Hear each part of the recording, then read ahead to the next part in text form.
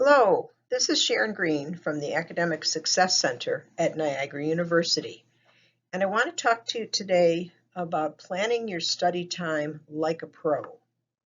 Let's think about some smart ways to make your studying less stressful and to avoid cramming. Exam week starts next week.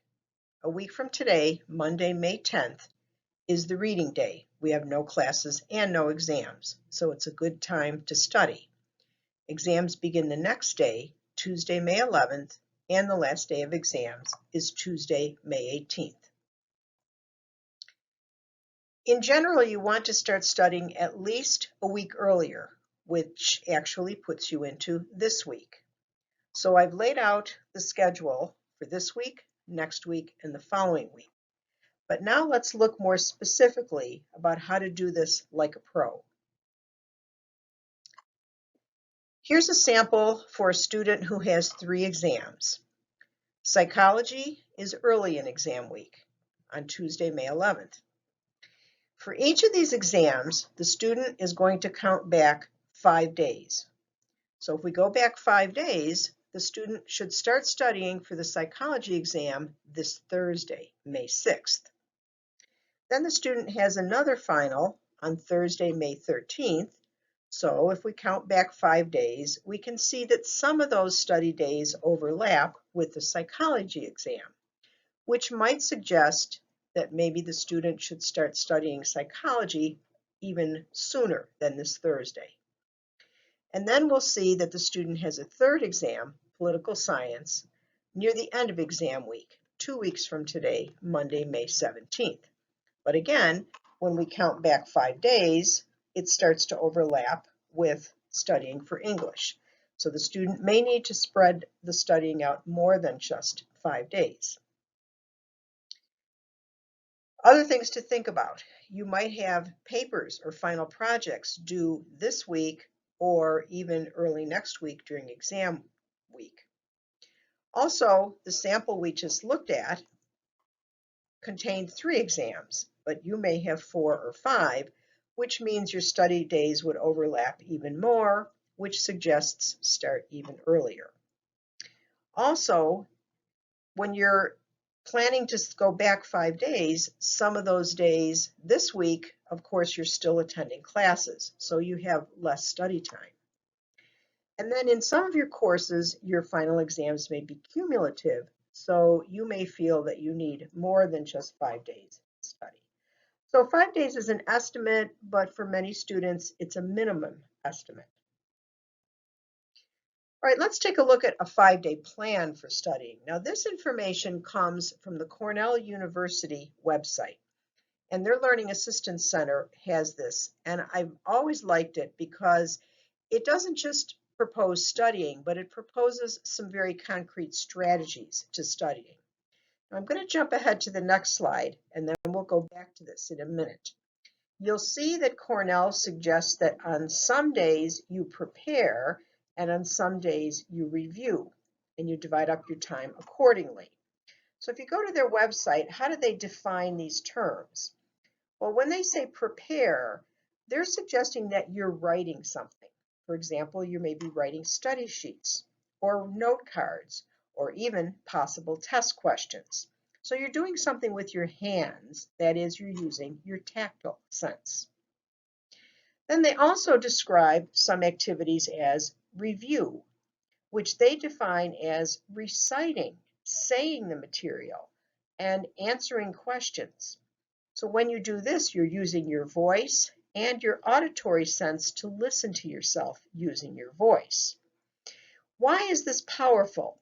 Well, people who study how humans learn have found over and over again that the more senses that you use, the more you remember.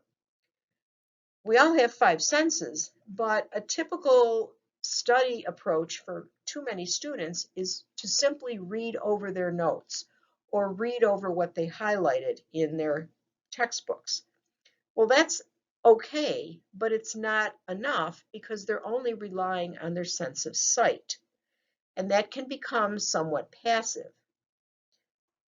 So let's go back to the previous slide and think about how we would do this. So for example, on the first day, you would take a chunk of material. Well, what is that chunk? It might be a chapter. It might be a week's worth of your class notes. And you're going to prepare it. In other words, you're going to write things down as we see in the examples here. And you might spend up to 2 hours on that. All right, the next day, the second day, you're going to take a new chunk of material. So that might be another chapter or another week's worth of notes. And again, prepare that material for about 2 hours. Then take a short break, and now you're going to review the material you prepared yesterday. So in other words, whatever you wrote out yesterday for that first chapter or that first chunk of material, you're going to recite it, say it out loud, put it into question and answer, but saying it, speaking it. All right, then on the third day, you'll prepare a third chunk of material.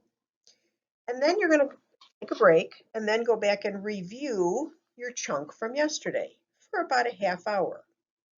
But also, you're going to go back and review the first chunk of material from the first day. Maybe not for a half hour, maybe for 15 or 20 minutes, because now you're reviewing it a second time. On the fourth day, prepare a fourth chunk of material for maybe an hour, hour and a half. Take a break. Review the third chunk from yesterday, maybe for a half hour. Review the second chunk from 2 days ago, maybe for 15 or so minutes, and even review the first chunk of material from the first day for about 10 minutes. Now, why less time? Well, now you're reviewing that for the fourth time. So you can see that this repetition, again, increases your long-term retention. Then on the fifth day, the pattern continues, except that you review the fourth chunk, the third chunk, the second chunk, and the first chunk, and maybe take an hour then and construct a kind of self-test. So this ensures that you're spending multiple days reviewing the material that you've prepared. And also what it implies is that on the first day, you pick a difficult chunk of material, perhaps some chapter that you read, say back in February, and so now you don't remember it as well. Because whatever you prepare the first day, you're going to end up reviewing it 4 times over.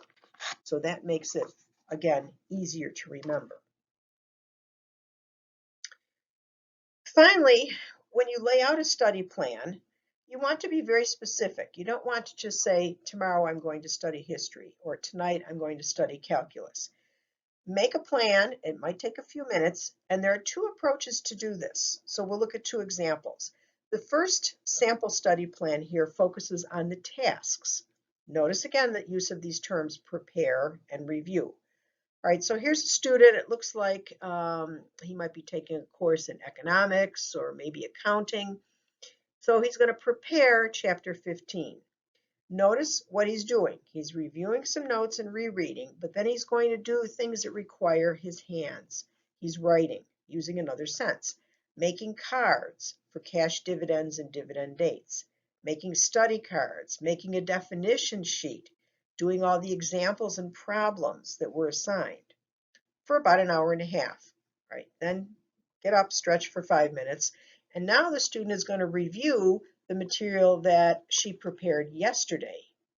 And notice how it's done. Go over the cards, do a self-test, review the examples, and much of this should be done with your voice. All right, so you can see the focus there is on tasks. The next sample study plan uses the same principles, but the focus here is a little bit more on time. So this might be helpful for a student who really wants to sit down and say, okay, at 12 o'clock today, here's what I'm going to do. So this is probably from a history course, and this student determines that in the first hour, he's going to review and highlight notes on Rockefeller, Carnegie, and Morgan. Then he's going to compile summary sheets. Again, notice it's writing. And he's going to write questions in the margin of the textbook. Then he's going to give himself a 15-minute break, get up, stretch, maybe get something to drink. And then for the next hour, he's going to recite questions and answers about the Industrial Revolution. So this is probably the material he prepared yesterday or perhaps the previous day.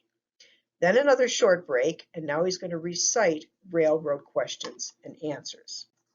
So to sum up, you want to count back at least 5 days, and you want to divide the material you have to study into at least 4 or 5 chunks, putting maybe the more challenging material in the first day with the first chunk, and then each day build in a little bit of review of what you did the previous day. With this focus on preparing the material, that is, using your hands to write things, and then when you review, you're using your voice. As you might guess, this using your voice works very well with a small, serious study group or serious study partner. So we wish you all the best on finals, and if you need any individual assistance, please feel free to contact us in the Academic Success Center. We're in Seton Hall on the first floor. Our website is there, and you can also look at some other useful study strategies on our YouTube channel. Thank you for listening.